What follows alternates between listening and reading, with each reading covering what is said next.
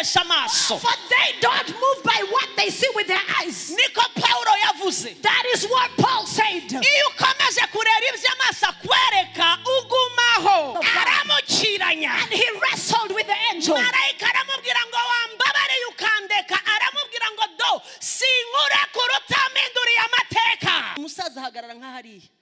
Ati sinari no kubonye mwana wani. Manda funguye ndicara. Pastor. Umusaza arambwira ngo mwana wa ngiye kureba umukecuru aha hafi. Ndamubwira ngiye ngiye Kicukiro. Pastor uko nukuri. Ati nibyo. Ati hargira umwana wandi. Ndi umwana wa papa. Pastor. Abakolosayi kangahe? 1:13 indimi zose uyu munsi zirasoma. Come on online, mujya mudufasha. Online church, be ready, we are moving. If you are in Nigeria, please put there Nigerian tongues. If you are in Nigeria, Mukinyarwanda pastor, nurahagera. Nahageze pastor. Soma mu Cyongereza. Colossians chapter 1 verse 13. He has delivered us. So habanza deliver. Twari tuboshye. Pastor, nukuvuga ngo tuba tuboheye somewhere. Oh Jesus. Arabanza agakora deliverance himself. He has delivered us, Yes. from the power of darkness, Fire. and conveyed us.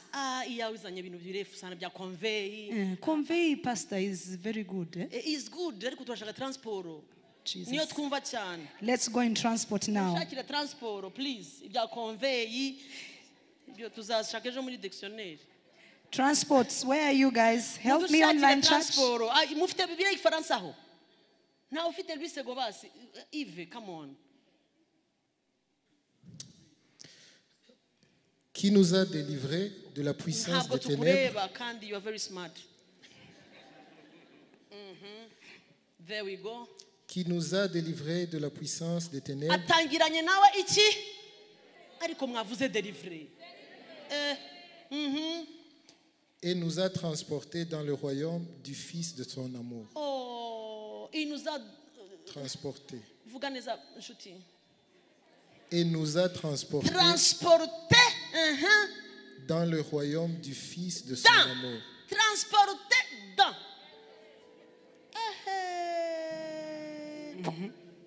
Uribuka kera tukidaha amazi mu ngunguru. Ntabwo bazi ingunguru pastor. Bose n'abasirimu. Twageraga ngo du ukajyana uti. Il nous a délivrés et transportés dans. Aradu transporta tujyana somewhere. Bahise muri royaume. Royaume murayizi ariko. Akujyana mu bwami. Pastor, wayibonye? Yeah. Transport. Transfer. Yeah. Oh. I will buy you something. For he has rescued us. Pastor, buretse gato. Rescue murayizi? Mujya mureba filme. Rescue what? Rescue mission. Ntago bajya rwa filme. Ngo he did what, pastor? For he has rescued us. Pastor, mu Kinyarwanda urakizi. Rescue ni iki? Wari wabona ubuntu urohama mu mazi uburyo bamukuramo. Arimo aramira nturi. Yes. Kwakunda bagira ibibaraga byinshi. Aho. So, ukaza uri umutabazi. And then you rescue. Hey. Ariko mwabyumvise. Erega nza yambasobanurira mu byumve neza. Yes. Nukuvuga ngo asanga turimo turarohama pasi. Yes. Bamwe barohama mu madeni. Ararohamya. Yes, say that. Abandi barohamye mu kivuga ibyawe kundeba. Mwese mwakizeho tiro kandi mufite ibyo mwarohamyemo. Pastor, asanga turohama. Yes. Kandi turi smart. Hejuru smart imbere rohamation. Now he finds us when we are drowning. From inside you are drowning, outside you are smart. And then agakora iki pastor? He rescued us. Yes, pastor. And has drawn us to him. from the dominion of darkness. From the dominion of Of darkness. darkness. Noneho aha barakabijemo gake ariko nibyo. Dominion of what? Of darkness. Mbega bakurescuerinze bagukura muri dominion ya darkness. Mbega dominion mwabyumvise namwe ni dominion sibyo?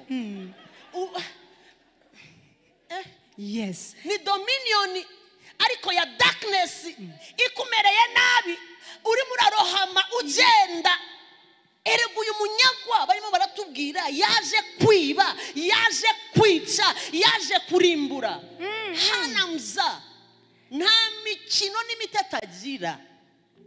So master watch Oh, yes. arungurutse arareba aravuga ngo dore Jacqueline we arimo aramira nturi. Areba Julienne ati uriya bameze nabi. Arebye Anita ati pu barashize kutivuga. Hey, buretse pastor ararunguruka abona turimo turamira nturi. Iyo umenya aho nari ngeze mira nturi. Now he has rescued us. Yes, pastor. And has drawn us to himself from the dominion of darkness. Yes. In other words, we were drowning in darkness and he came and rescued us. And he has transferred us to the kingdom of his loved son. He has transferred us. Pastor, he transfer murayizi. Iyo barayumvise kubera transfer bancaire basi sibyo ni piu ni ukuvuga ngo nubwo wakomeza gusenga ugakomeza kujya guterana utaraba transfer ukicaye hahandi urakomeza ugakubitirwayo ukaririrayo. Niyo mpamvu ya masengesho Imana ishaka ko tuba transfer. Yes, you know what transfer is. Transfer means you move from one location to another location. Now, Pastor. the reason why God wants us to be in this place is because He is in the process of transferring us from one place to another different place. Yego pastor uyu mumama nababwiraga yambwiye akantu karansetsa ati pastor ibaza umushiha no ku cyumweru mu gitondo abana bakambara bajya gusengana umushiha tukajya mu modoka n'umushiha mwicara imbere na mwenyewe ati nta mushiha ngo twatukanye ariko nta muracyumva icyo kintu mukajya gusenga ukumva ntushaka kwicarana n'uwo muzanye bakaririmba bakakora byose uti amen mugataha ntawe uvuga umwaka ugashira uwa kabiri ukaza. Murumva icyo kintu mwagiye gusenga mwagarutse mwagiye gusenga mwagarutse ariko nkubaze what is that?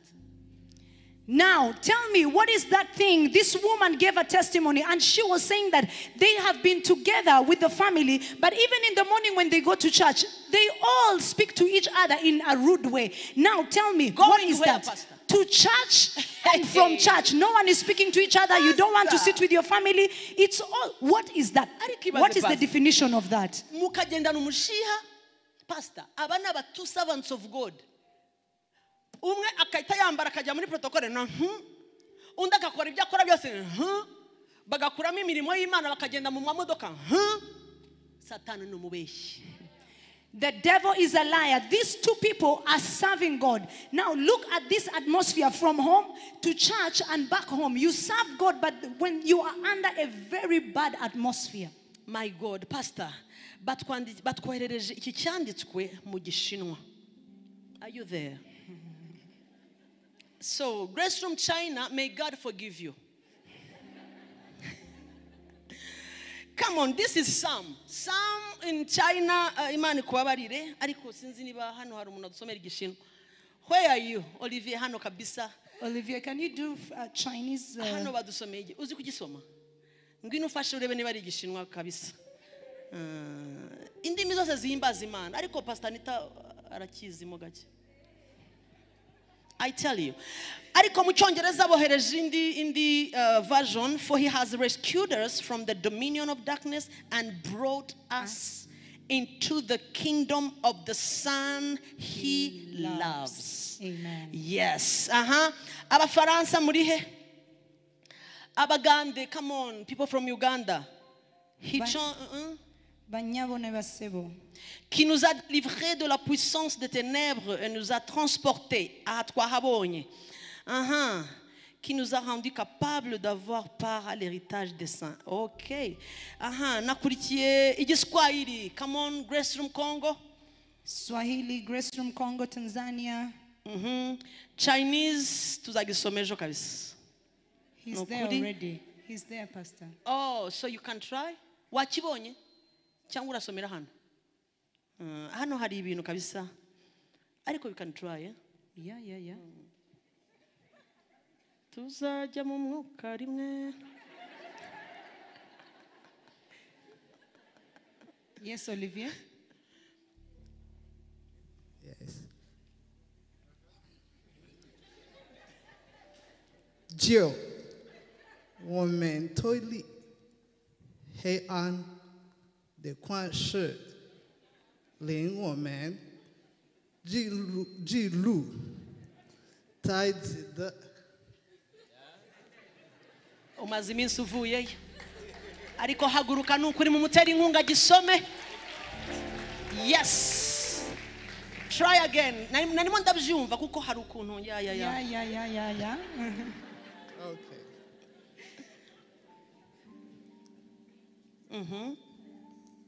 Jill, woman, totally,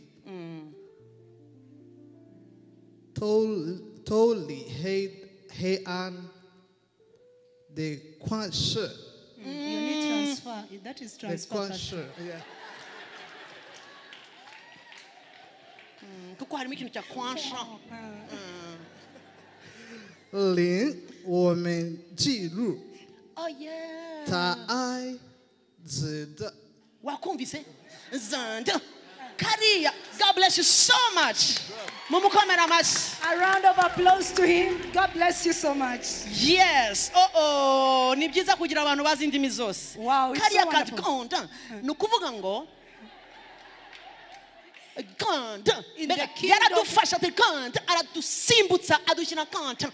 In the kingdom of light. Of light. Yes. Yego. In the kingdom of Of light. light. Ganda. Uh-huh. Ni mwiza ku buntu. You are studying for free. Il nous a transportés. Ako kakugiyemo. Haruri bugume hano uyu mugoroba atabaye transporté. Uh-huh.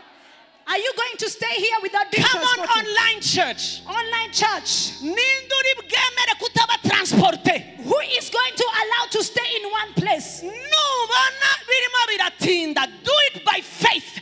Bible iravuga ngo nitugendera ku byo tureba n'amaso. Oh, yes. Tugendera mu kwizera. Uyu mugoroba itransporte imuka vayo bivema mu izina rya Yesu. Now let me tell you, and I know that nobody will accept to stay where they are. Let me tell you that Lapadarasete. tonight you are not going to stay where you are. The Bible is very clear. It says that we walk by faith, not by sight. If it delays you a bit, transfer yourself. Make the transportation and say, I'm moving out of it. Oh, Jesus. Bibiri iravuga ngo kuko abo batagendera ku byo barebesha amaso. For they don't move by what they see with their eyes. Niko Paulo yavuze. That is what Paul said. Iyo ukomeje kureba iby'amaso akwereka ugumaho. Whenever you focus on what your eyes can show you, you stay stagnant in one place. Ni nk'igihe uhagaze ku muhanda ufite ibirometero 8 ugomba kugenda ukabona amamodoka arimo araguca imbere, va mu bwoba saba lift bakujyane.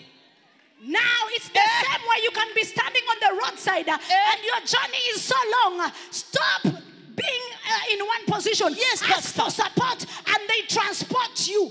Nabahaye ubuhamya bwanjye. I gave you my Mpora testimony mbusubira. and I always repeat it. Iwacu mu rugo n'indera hariya hafi ya Karayesi. Now home it's at Ndera. Najyaga mvayo njya gusengera Kicukiro Centre kuri Rwanda for Jesus. Nta tike ihari ngomba kuyobora praise and worship. Uzi ibyo birometero? Pastor nabigenze rimwe. Ngerayo umwuka neza nsigaje akanyuma. Ni hare. Ndera 12 ukuntu hareshya. 12 Giporoso ukuntu hareshya.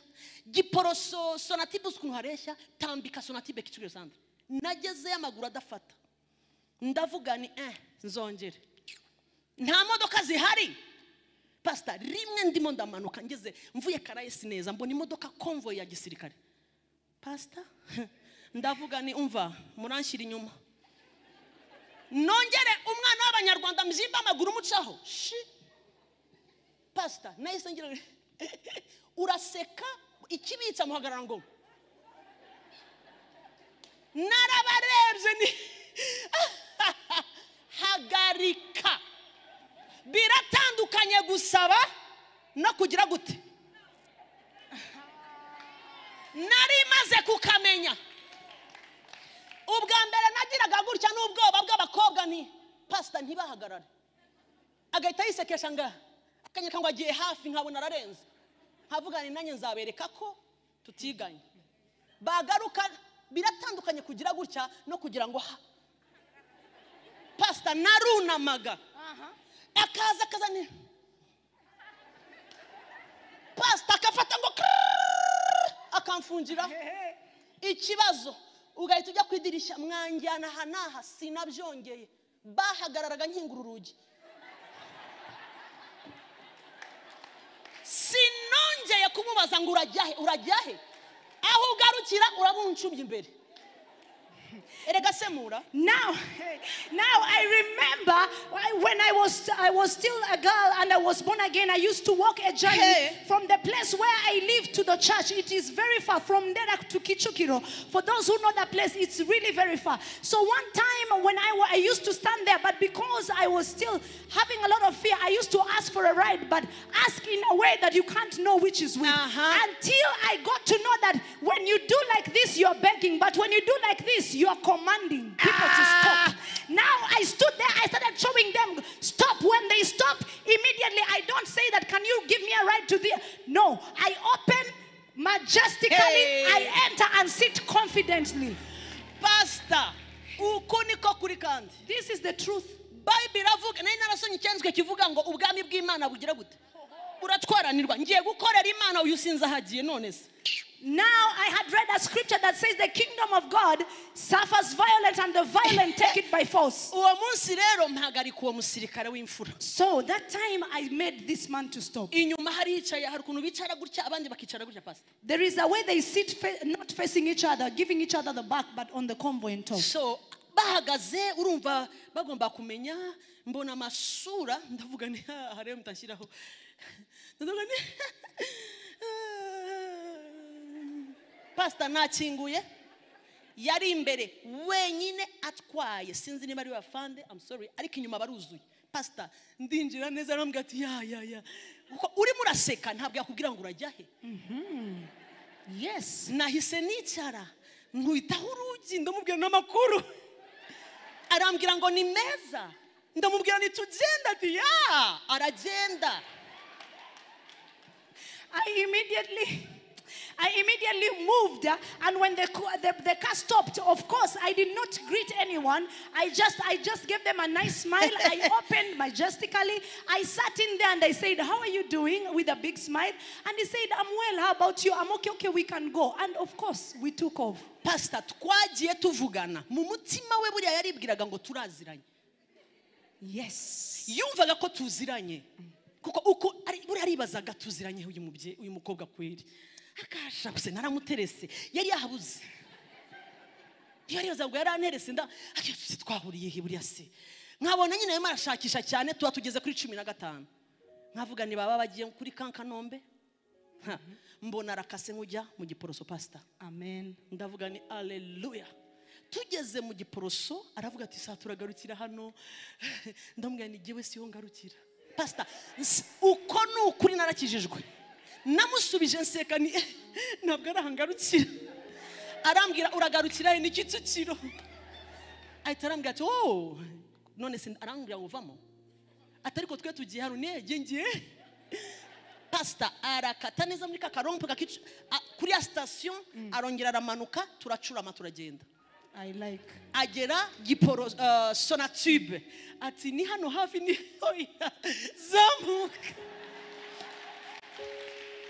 Pastor arazamuka angeza ku rusengero neza arakata ngo yes dusanga aba protocol pastor pastor banyakiriye gute bahita barihuta barakingura bagiye kureba basanga ni mama ni mademoiselle Julienne bahita barambwira ngo bamaze guhamagara worship team nukuvuga ngo amasange yo gukora nafasha agatambaro pastor gutya mitangira kuri podium bahita bama micro ni mwese muhaguruke Semura Immediately when we reached at Remera, now this man told me, you know what, we are stopping from here. I said, oh, okay, but as for me, no, I'm not stopping here. I'm actually going somewhere. And he said, where we're going to, I'm going to Kichukiro. And then they said, no, we have actually reached our destination. I said, for me, I've not reached the destination. I'm still going. So we moved together. When we reached Sonatib, he told me, is it somewhere near here? He said, no, it's actually in front of it. Keep going, I'll tell you. And we kept going until we reached at the church. When we were at the church, of course, he turned the car, someone dropping someone. And the ushers came to open. Of course, they found it's me. And when they opened for me, they told me it's the time for worship team. I said it's okay because it was already my time to go and minister. I entered, I went to the choir. I picked the microphone. I told people, stand up on your feet. Are you seeing this? Are you hearing this? I led the people of God. When we finished the service, and I said, how do you go back home now? Where is the route back home? Before I go back to how I went back home. From that day, Pastor, I did not walk for all that distance again. Ubundi haza umupapa ushaje ukuze kweri kweri ndavuga ni yaratugezayo kwanza pastor imodoka yari ishaje nawe ashaje pastor ndahagarika ntiyambona yarashaje bien pastor mbona ari maregera nanye negera umuhanda ndamubwira ni pastor umusaza hagarara nka hariya ati sinari no kubonye mwana wani manda funguye ndicara pastor umusaza arambwira ngo mwana wa ngiye kureba umukecuru aha hafi ndamubwira ngiye ngiye Kicukiro pastor uko nukuri ati nibyo ati hargira umwana wandi ndamubwira ndi umwana wa papa pastor arakomeza naratangaye wow nta nubwo yaragiye Kanombe aho muri Ndera pastor yangejeje ku rusengero neza nganiriza umusaza ariko nagiye nsenga iriya modoka pastor nukuri twarebaga mu muhanda neza yes yarishaje ku buryo urabona zambaho zo hasi mu modoka pastor harimo imyonyo nkareba mu kaburimbo narusenze seriously ndavuga ni rero ngiye ku murimo wawe mana iriya modoka nabonaga iri bucikemo kabiri tugakomeza tuji imbere abinyuma bagasiga I tell you ndavuga ni banzu ngeza aho ngiye usubiraneyo n'umuntu pastor angeza yarakata umusaza ukuntu agiye muganira mwana wa uganira neza cyane pastor uswe yamaye n'amafaranga arafata tokiruze ku mwana fanta abantu bakuze n'imfura ndavuga ni mba ndafashe twarimo turavuga ngo Bible iravuga ngo we don't walk by sight ni tugendera ku by'amaso twereka tugendera mu kwizera kumara imyaka myinshi mwakomeje muhagarika ibyanyu byanga ugakomeza uruhuta ariko waretse ko ukagira gutya ni muve mu mikino narivuze ngo va mu mikino. Now, for many years, you have been trying to stop some things in your life. And you know, it's as if you're begging things to stop and they cannot obey you. We are speaking about the kingdom of God. You walk by faith, you don't walk by sight. Get out of jokes. He will transport us tonight. There is no nibebe, ntajibeba. Oh, haguruka mu kwizera utera intambwe turabwira ibyacu ngo stop. Yes, ndinjira kuko mfite aho ndimo ndajya ngomba kugerayo uyu mugoroba itariki. Yes, ntabwo ari ejo mfite mfite icyo nshaka mfite aho njya mwaneze amatwi bikubera uko wizeye. I pray that it becomes the way you are believing. Tonight we are not going to have anything else. There is nothing like begging. No more begging. We are moving and taking what belongs to us. The way you believe, so it's going to happen for you. Umugabo bamwita Yakobo This man called James, yarimo arataha asubira iwabo. Jacob was going back home. Ageze mu nzira yibuka ko mwene se yamubwiye ngo ngufata upfa. And he remembered that his brother Esau told him that when I get hold of you equals death. Kuko yari yaramuriganyije. Because he had already been... Ageze mu nzira and when he was on the way coming, abona marayika. he saw the angel. Abwira marayika ngo wakoze ikosa guca hondi. Hey, and he said, you made a mistake to come on my way. Mfite abagore, mfite abana, mfite amatungo, ariko hari umwuka uri murangendaho kunyica. Now I have children, I have wives, I have everything, but there is a spirit of death that is hovering over my life. Bible iravuga ngo asingira marayika. And the Bible says that he got hold of the angel of God. Aramukiranya. And he wrestled with the angel. Marayika aramubwira ngo wambabarire ukandeka. Aramubwira ngo do sinkura kurutaminduriye amateka. And then he said that the angel spoke to him and he said, let me go. And Jacob said, I swear unto you, I will not let go of you unless you change my story. Barakirana. And they wrestled. Barakirana. They wrestled. Barakirana. They continued wrestling. Marayika aramwiyaka. And the angel was out of hand. Yakobo aramubwira ngo erega nushaka ubiveho turakirana mpaka buki. And now Jacob said that if you want, you better give up, because as for me, I'm here until morning. Marayika ati nkugirire gute? And the angel said, what can I do for you? Aramubwira ngo nitwa Yakobo, nitwa umuriganya. And he said, my name is Jacob. Ndumuriganya. I am a thief. Mbayeho mfite umugisha ariko uri mu buriganya. I am blessed, but my blessing is hidden. Ntegerejwe imbere na mwene data. I'm being awaited ahead with my brother. Ndabihaze kwitwa umuriganya. I want you to change my Mpindurire name. izina. Change my name. Marayika ati ndekura, undi ati nakurahiye uyu munsi apanejo ubu nyine sinkurekura. Ibyo kumbwira ngo ejo bundi do ntabwo mbyemera ubu. And he said, don't tell me about tomorrow and the other day. I want it now. Hari umuntu umeze nka Yakobo hano. Are there people who are like Jacob right Hari here? abantu baje bameze nkanjye. Are there people who are like the way I Hari am? abantu bavuga ngo uyu munsi amateka yo kwa kabiri igiye ahinduka. Are there people who are saying today the story of my father's house? Bavuga ngo amateka yo kwa data no mu gihugu cyanjye yahinduka. Are there people who are saying that today the story in my family and my nation can change? Marayika aramureba. And the angel stared at Aravuga him. ngo nta kundi nabigenza kuko ukiranije Imana n'abantu kandi uranesheje. And he said that I don't have anything I can do because you have wrestled with God and people and you have overcome. Niba Yakobo yakirana n'Imana agakirana n'abantu akanesha, turacyahari. Yambaye umubiri twambaye umubiri, turakirana mpaka tubonye ibyacu. Now if Jacob can wrestle with God and people and overcome, it means that he's in the flesh.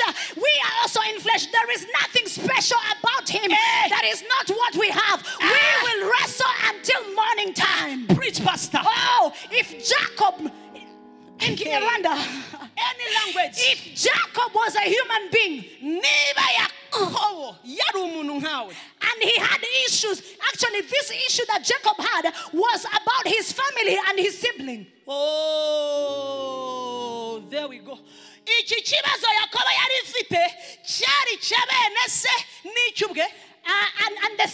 And the siblings. Yes, bene se. Yes, and this is something that had a root from the time of his mother. Ni ikintu gifite umuzi guhera kiri mu nda kwa nyina. It is something that he ignored for quite some time.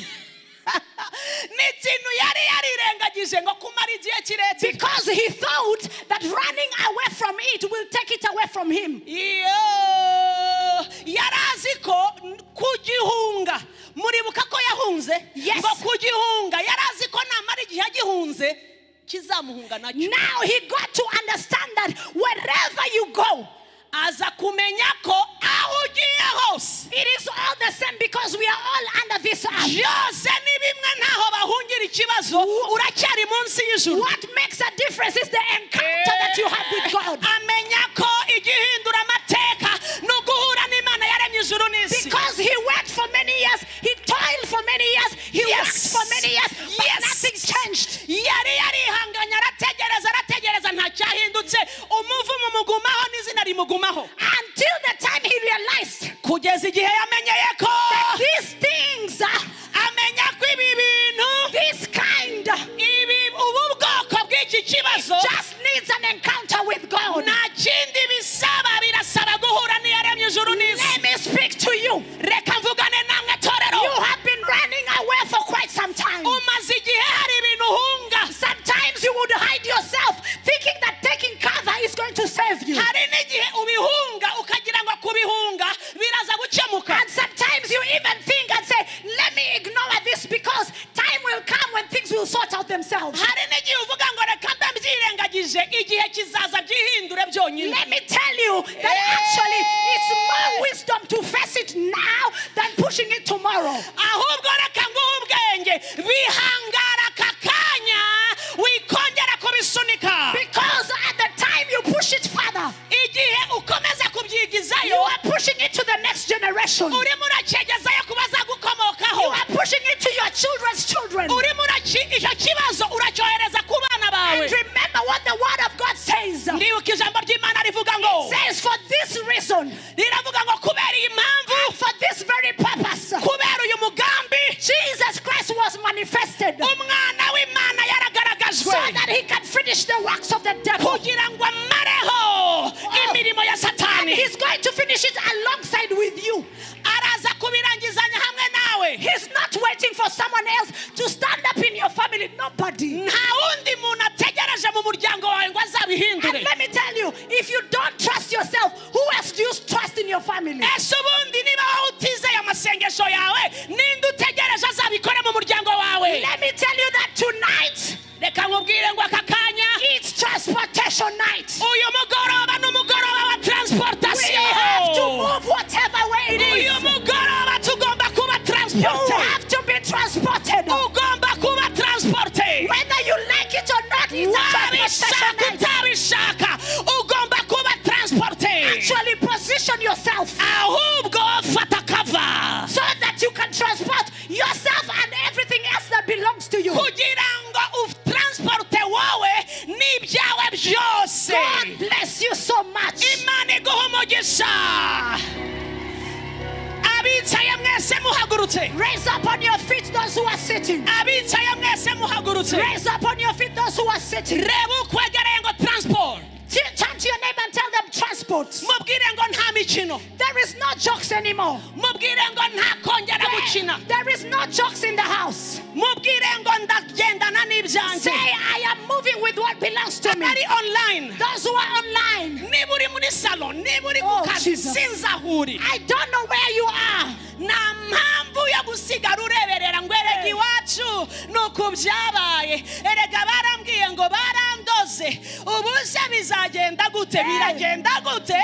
Nubwo baba barakurokesheje agahera, nubwo baba barabitaye mu nzu yawe, Oh, yes. hari imbaraga zimira izindi. Now let me tell you, don't sit and watch and keep watching over. No, be a partaker of this blessing. Even if they say that they bewitched me, there is no way out. Let me tell you, there is a power that swallows every other power. Hari umukobwa waje hano na mukuru we. There is a girl who came together with a sister.